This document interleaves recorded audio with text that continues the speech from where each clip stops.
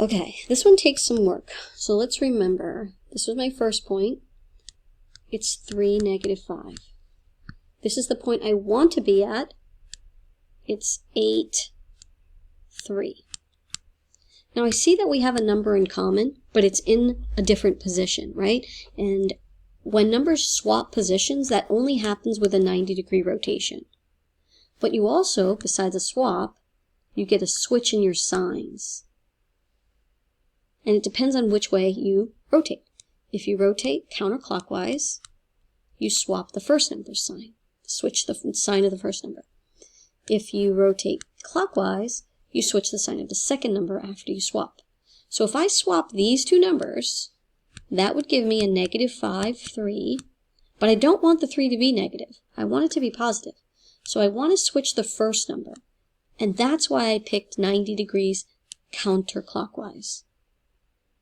Now, how do I get this 5 to become an 8? Well, I need to add 3 to it, and the only way to do that is to translate along the x-axis. So I want the number to go up, but I'm not actually translating up. I'm translating along the x-axis. So the x-axis only goes left or right. So if I'm at 5, 5, 3 is where I'm at, and I want to get over there, I need to translate to the right 3 units. So I want to go 90 degrees counterclockwise and translate right 3 units. Let's give this a try. So I want to rotate 90 degrees counterclockwise, followed by a translation right 3 units. Now you're not going to be able to do this if you're not looking at the actual numbers. So let's try it. And right 1, 2, 3. Yes! Now these items are congruent because all I did was a rigid motion. I only used rigid motions. Okay, let me try one more with you, okay? One more. Let's see. Take a screenshot here for you.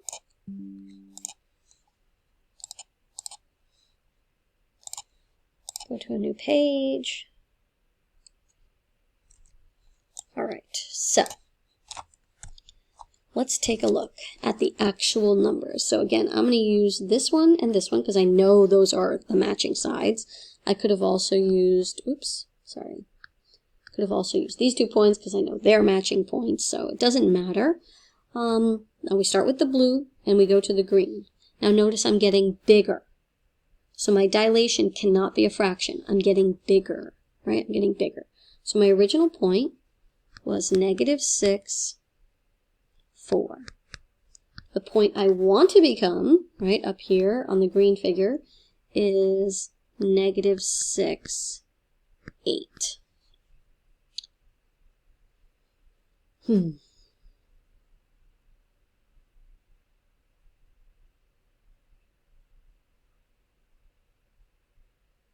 -6, 4, -6, 8.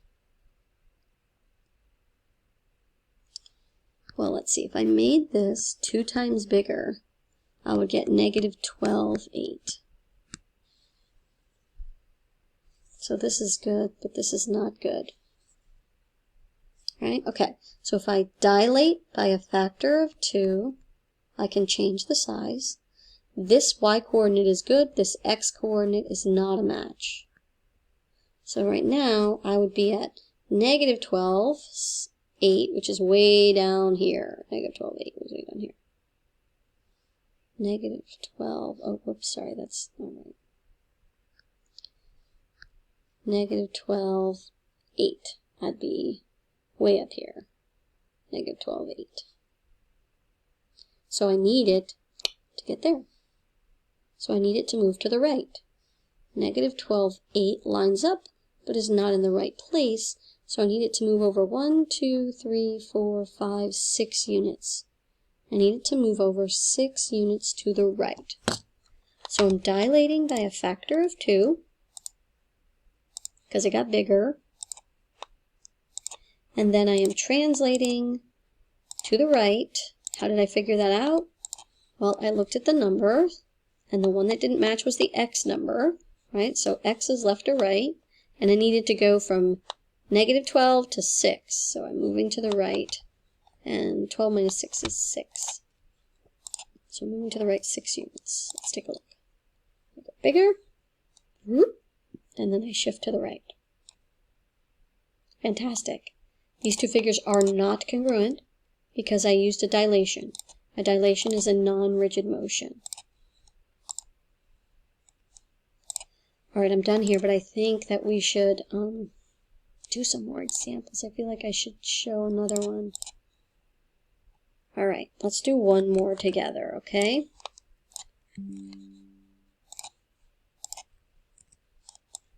Alright, let's take a look at this. Again, we start with the blue figure. I'm going to pick this point way down here, which is negative 10, I'm sorry, messed up already, which is negative 6, negative 10. That's my starting point, and I want to get over here, which is negative 11, negative 5.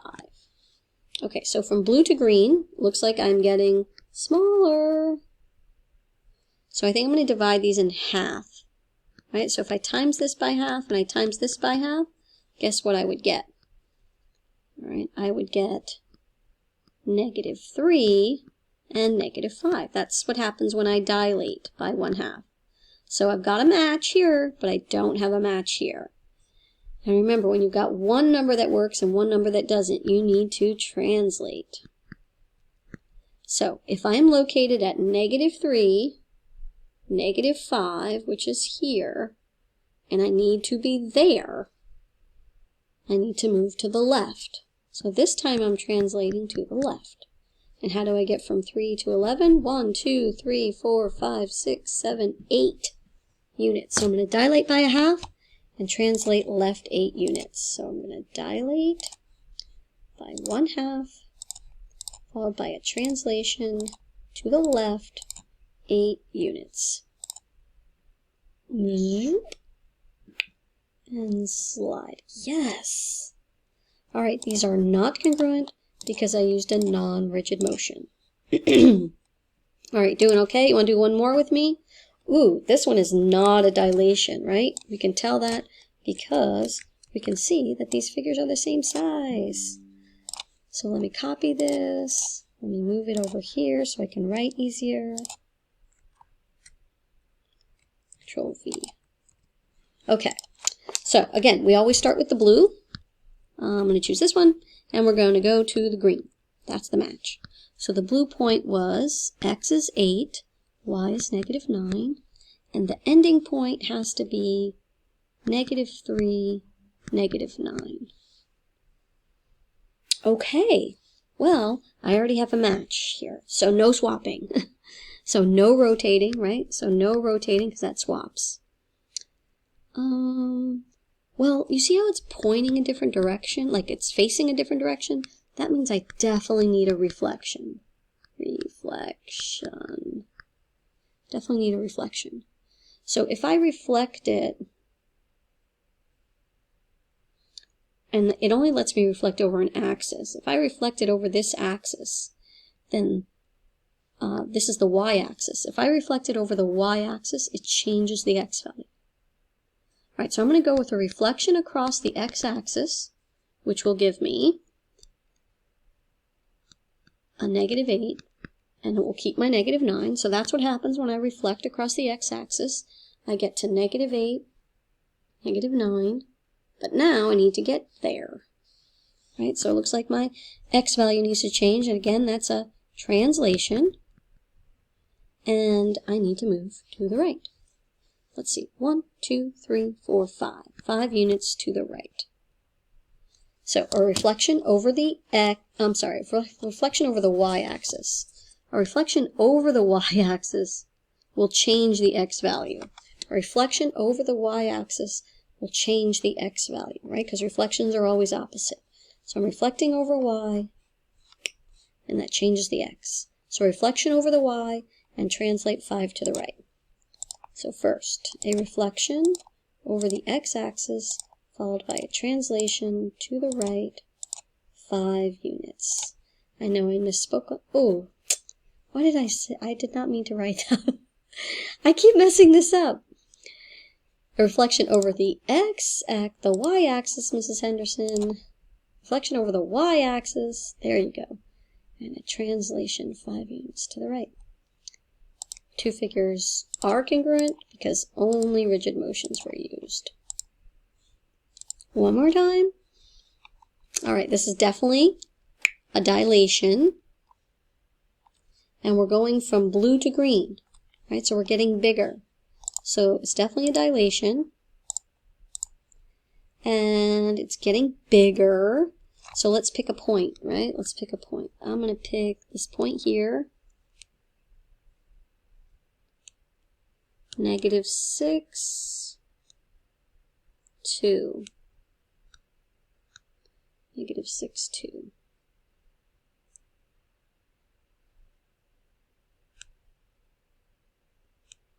-6, 2. And where am I going? I'm going to 12, 4. Oh, okay, that's pretty simple. So, if I dilate by a factor of 2, if I times everybody by 2, I'm going to get -12, 4, which is really good because I've got a match here. But now I've got to go from -12 all the way over to +12. So -12, 4 is where I'll be when I dilate, but I want to get all the way over there. So -12 all the way to the y-axis, and then 12 more, that's 24 units to the right. 24 units to the right. So a dilation by 2, followed by a translation to the right, 24 units. Dilate. Oh no.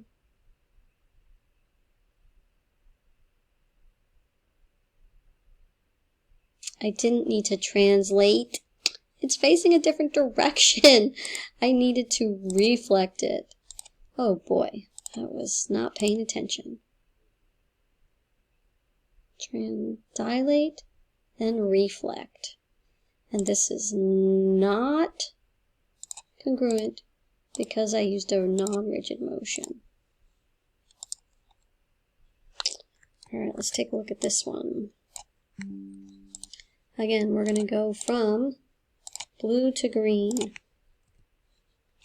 Okay, so from blue, I'm going to pick this one, to green. So the blue point is 8, 6. The green point is 3, -4. So let's start thinking. It definitely needs to get smaller. So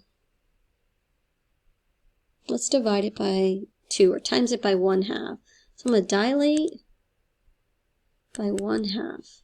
And that will give me my in-between point of 4 and 3. Ooh, I'm getting close.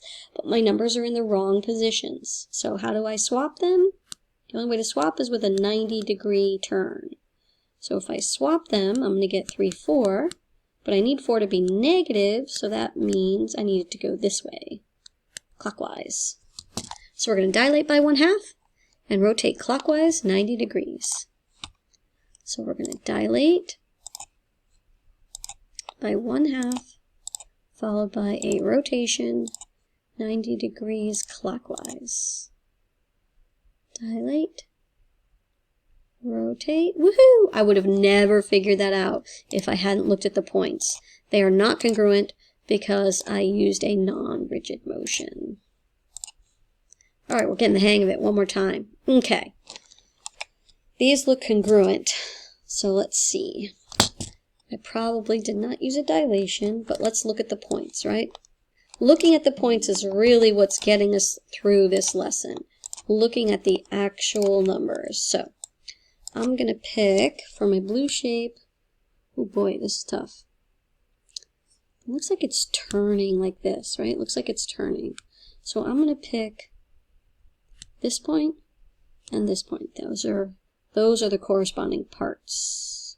Alright, so my original point is 8, 1. My ending point is -1, 0. Okay, so I definitely want to swap their places. So I'm going to swap these places. and I want him to become negative. So that's 90 degrees this way, counterclockwise. All right, so I got my first move. Now this one has to change. It needs to go from up here to down there. So I need to go down 8 units. That's a translation. So 90 degrees counterclockwise and translate 8 units down.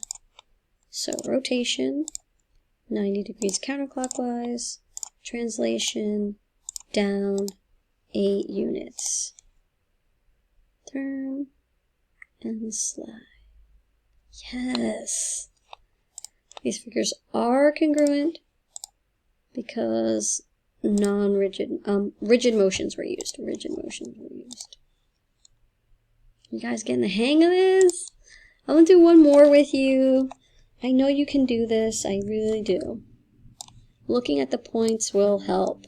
Looking at the points will help. All right, let's take a look one more time. Okay, so first choose your point. I'm going to go with this one way out here, and I know that it matches to that one way down there. My original point is 9, 1.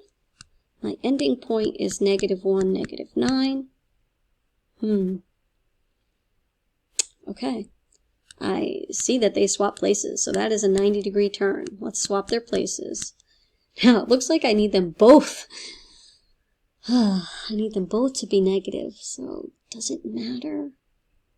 Does it matter which way I rotate?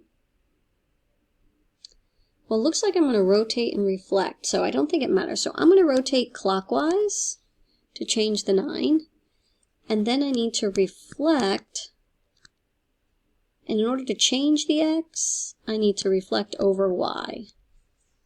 Alright, so 90 degrees clockwise and reflect over Y.